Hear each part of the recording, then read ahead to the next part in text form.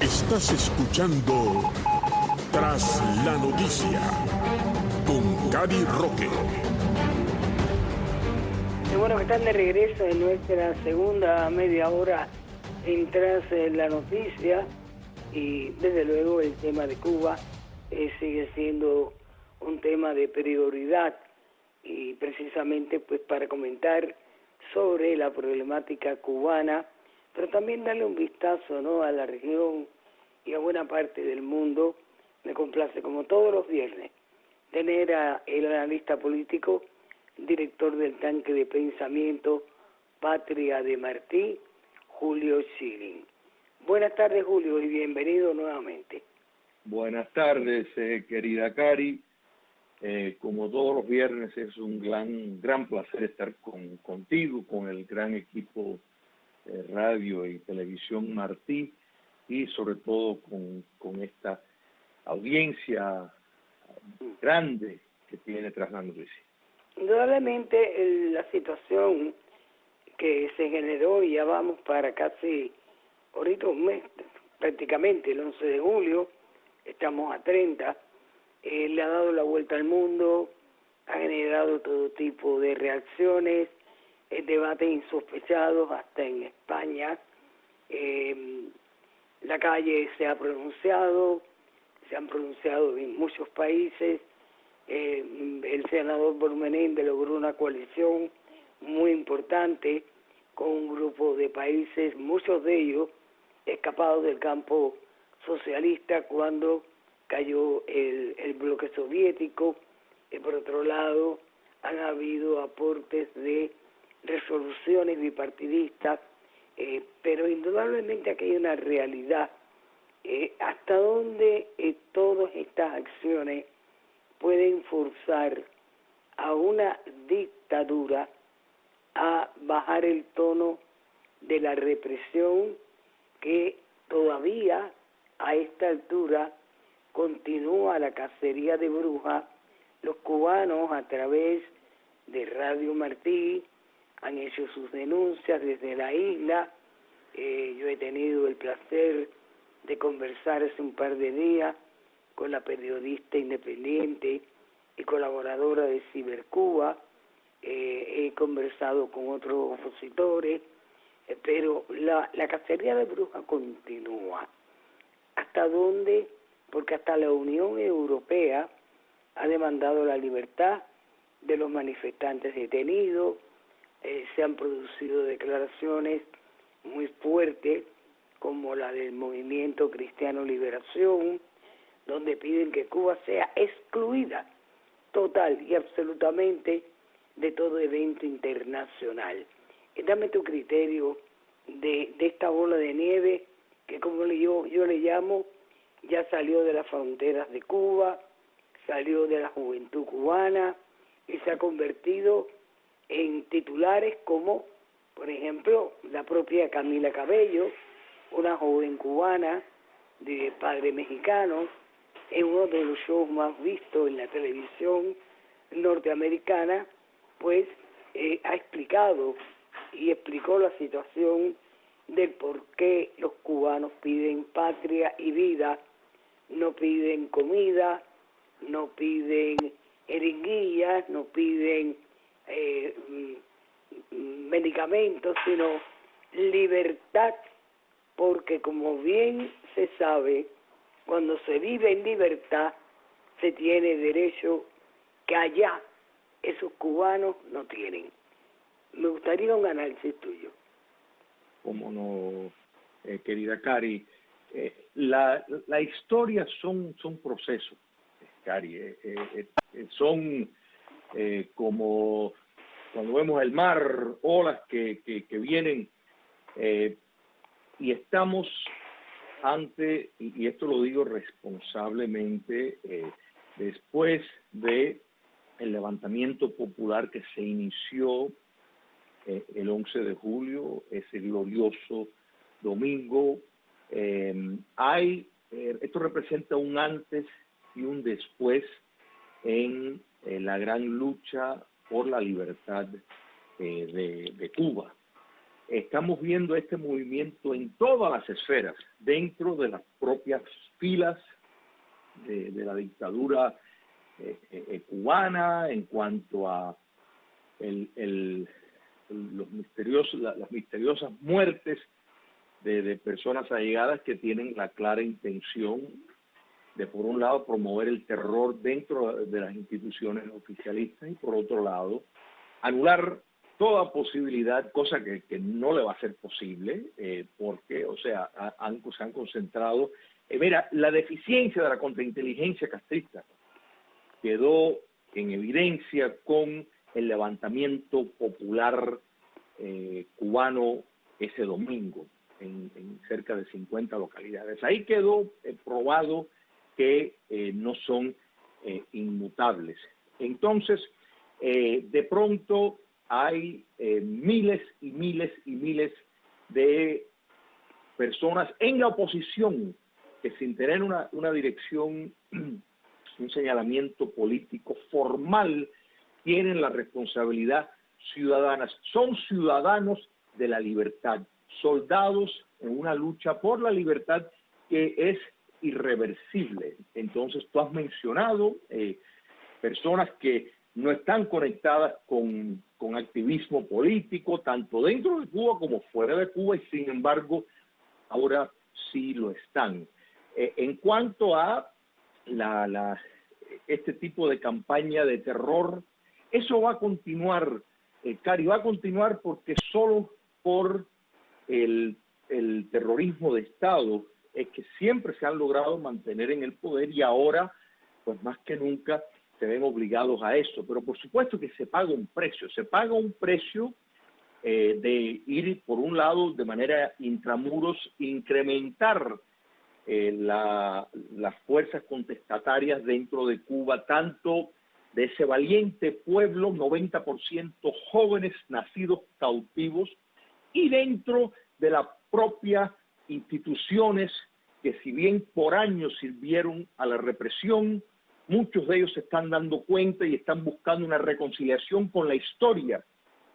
Y eso lo sabe bien el castrocomunismo, y ese es su mayor temor, producido naturalmente por el clamor popular, pero la historia no será la primera vez ni la última que les otorga a determinadas instituciones un papel patriótico para liberar a un pueblo. Entonces, el terror pues puede seguir, por eso le conlleva también un precio interno y externo, pues también tú mencionaste, son pocos los penosos aliados que han salido en defensa de la tiranía castrocomunista, porque hemos visto una reacción de parte no solo de gobiernos, sino de instituciones, de personalidades, de nuevo, que normalmente no se pronuncian sobre cuestiones políticas, han salido a la defensa del pueblo de Cuba, porque el mensaje ha sido contundente, inconfundible.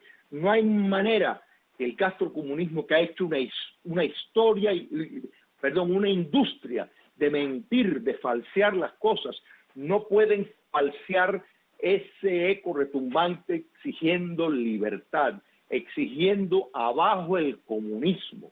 O sea, no hay ningún otro clamor, ni de vacunas, como tú mencionaste, ni de alimentos, ni de visas, ni nada de eso. Y el lema, mucho más que una canción, Cari, Patria y Vida, es precisamente la antítesis, lo opuesto a esa perversa noción del castrismo de patria o muerte, que básicamente secuestró un movimiento para convertirlo en una dictadura brutal. Entonces, Patria y Vida es eso, es la patria y la vida, y esa decisión, ya el pueblo de Cuba tomó esa decisión, Cari. Ya esa decisión está tomada, mejor representada por esos pinos nuevos, como bien los llamó Martí. Entonces, es cuestión de tiempo. Es cuestión de tiempo que ese momento de liberación llega. En otras palabras, esa dictadura cae. De eso no puede haber ninguna duda.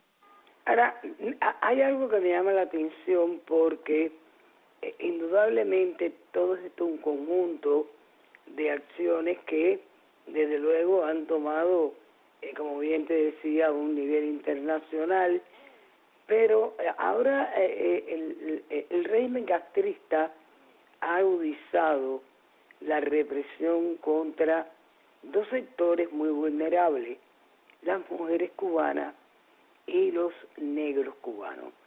Yo no digo afrodescendientes, porque yo tendría que decir que vienen de los cigoneyes, o nosotros somos caribeños, no somos del África, pero indudablemente el triunfo de la revolución, yo recuerdo que se creó la Federación de Mujeres Cubanas, encabezada por Lilma Espín, que iba a poner a la mujer cubana a la vanguardia, la iba a sacar de los prostíbulos de aquella Cuba republicana, ¿no?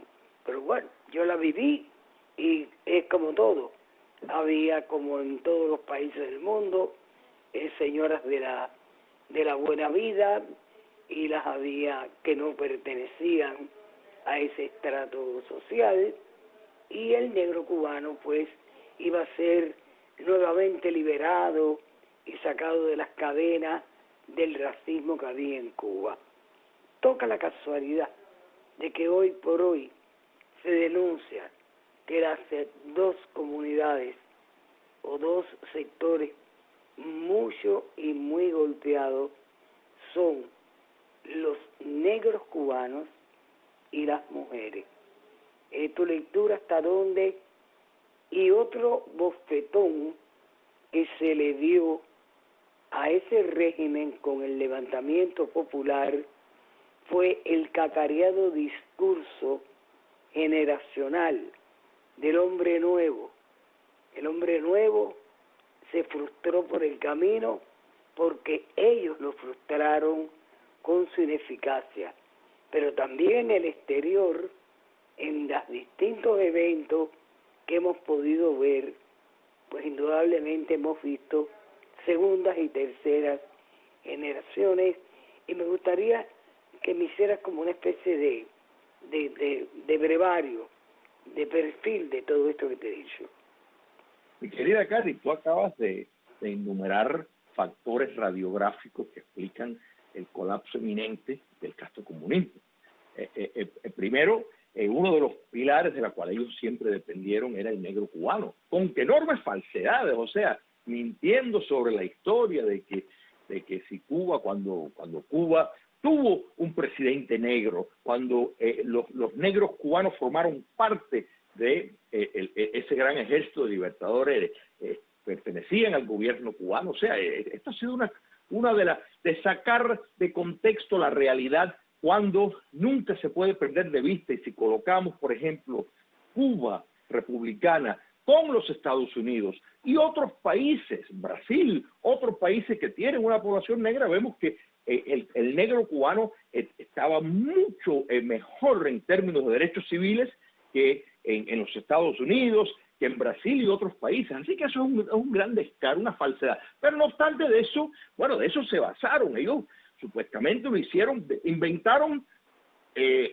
crímenes que nunca ocurrieron, inventaron una mentira para entonces después decir que ellos eran los que iban a rescatar esa falsedad que habían inventado. Entonces, después de toda esa tergiversación de la realidad, del engaño, más de 6 décadas de el control monolítico de los medios, de la educación, pues vemos cómo de manera desproporcional los negros estaban pidiendo libertad, pidiendo el fin del comunismo cubano. Y esto, o sea, pidiendo un cambio de sistema, Cari. Y nosotros muchas veces hablamos de que el hombre nuevo, como tú bien mencionaste, quería ser un hombre libre en Hialeah, o sea, quería venir a la nación cubana en el exilio y seguir viviendo como cubano para libertad. Bueno, ese cubano tomó la decisión de que quería ser un cubano libre en su territorio nacional. ¿Te das cuenta? Eso es fundamental lo que ha ocurrido. De nuevo, el intento no es poner presión para que los Estados Unidos pues vuelva otra vez a darle favoritismo inmigratorio. No. Es que mira, aquí hay una realidad, yo lo veo desde un punto de vista. Yo creo que no hay un gobierno más platista que el régimen castrista, porque todo quiere resolverlo con Estados Unidos. No, con quien tiene que resolverlo es con el pueblo, con esa juventud, con los que se tiraron a la calle, con los que ellos han abandonado. O sea, si hablamos de platismo, no son los cubanos en el exterior, son ellos los platistas, los que quieren el contubernio y los que quieren sencillamente tener todos los beneficios de Estados Unidos. Por supuesto, pero es que, Cari, han hecho toda, o sea, una historiografía falsa de cuando viene un huracán y se lo culpan a la CIA. O sea, si eso no es una dependencia extraordinaria de los Estados Unidos de querer achacar todos sus fracasos en vez de como un gobierno, aunque sea un gobierno dictatorial, para decir, bueno, mira, está bien, aceptamos esta responsabilidad. No, por todo. Desde que llegaron al poder vienen culpando a los Estados Unidos, comercian con 85% de la economía del mundo, le compran a los Estados Unidos, reciben la mayor cantidad de carnes y pollo que se los venden los Estados Unidos es el mayor el proporcionador de asistencia humanitaria. Estados Unidos lo único que le pide a Cuba sencillamente es que pague. Exacto. Que pague. Exacto. Además, Cuba tiene 175, 200 países que no están acogidos al embargo unilateral, que es una sanción que impone que no se les tiendan créditos a una dictadura, porque ellos se apoderaron de propiedades confiscadas y está codificado dentro del Congreso. Por supuesto, y China comunista produce todo. O sea, tienen a China, en vez de utilizar a los chinos en Guanabo, en un lugar que se llama Punto Cero, para entrenar esas tropas militares que hoy por hoy son las que están sencillamente contra el pueblo cubano en las calles, barriendo en una cacería de brujas, pues sencillamente que la China le rinda otro tipo de beneficio. De esa intervención, yo no hago mención porque es una intervención. O sea, China comunista está interviniendo en los asuntos de Cuba. Mira que Cuba dice que no, que ella no interviene y que nadie tiene derecho a intervenir en asuntos internos, pero ahí está la denuncia, y la denuncia está más que graficada, hasta con fotografía del centro donde ellos entrenan en Guanabo, ellos los chinos, a los militares a 90 millas de Estados Unidos. Organizaciones paramilitares entrenan a represores cubanos, las famosas boinas negras. Exacto. Mira, aquí lo importante no es lo que dice la dictadura castrocomunista, porque básicamente es una fábrica de propaganda y mentiras. Lo importante es que el pueblo de Cuba entiende perfectamente bien la naturaleza de esa dictadura brutal. Esto demuestra que la gran campaña de concienciación de la nación cubana en el exilio ha sido enormemente efectuosa y fructífera, ¿okay? Y esto es una realidad porque ese pueblo entendía muy bien los conceptos, Cari. No había confusión. Ahí de nuevo, el mero hecho de tener pronunciamientos claros de forma espontánea demuestra que ese pueblo, de forma subyacente y para sorpresa de muchos, sí estaba culturalmente preparado y está preparado para vivir en libertad y está exigiendo sus derechos naturales. Por eso es que no puede caber ninguna duda de que el esfuerzo, ese enorme esfuerzo que ese pueblo está llevando a cabo, que bien vale la pena y están realmente en imitación de nuestros grandes próceres con eso, lo que han hecho. Han recogido la antorcha de tantas personas como tú, mi querida Cari, que se enfrentaron a esa maquinaria represiva y esos jóvenes lo están haciendo ahora y hay que apoyarlos y el fruto será una Cuba libre. De eso no pueden tener duda. No, yo creo que no hay marcha atrás. Me gustaría, indudablemente, porque aquí ha habido pues un rechazo muy grande a la conducta de López Obrador de venderle petróleos de Pemex a Cuba, indudablemente ante el bajón tan grande que han dado, a pesar de que aunque Venezuela se quede sin una gota de petróleo, sigue suministrándole a Cuba petróleo, ahora refuerza López Obrador su conducta con el envío de petróleo y hasta automóviles para la policía al régimen castista, al tiempo que, fíjate, hay algo muy interesante, y esto para que el pueblo cubano lo sepa, porque indudablemente no lo van a difundir en sus redes, no lo van a difundir en los noticieros.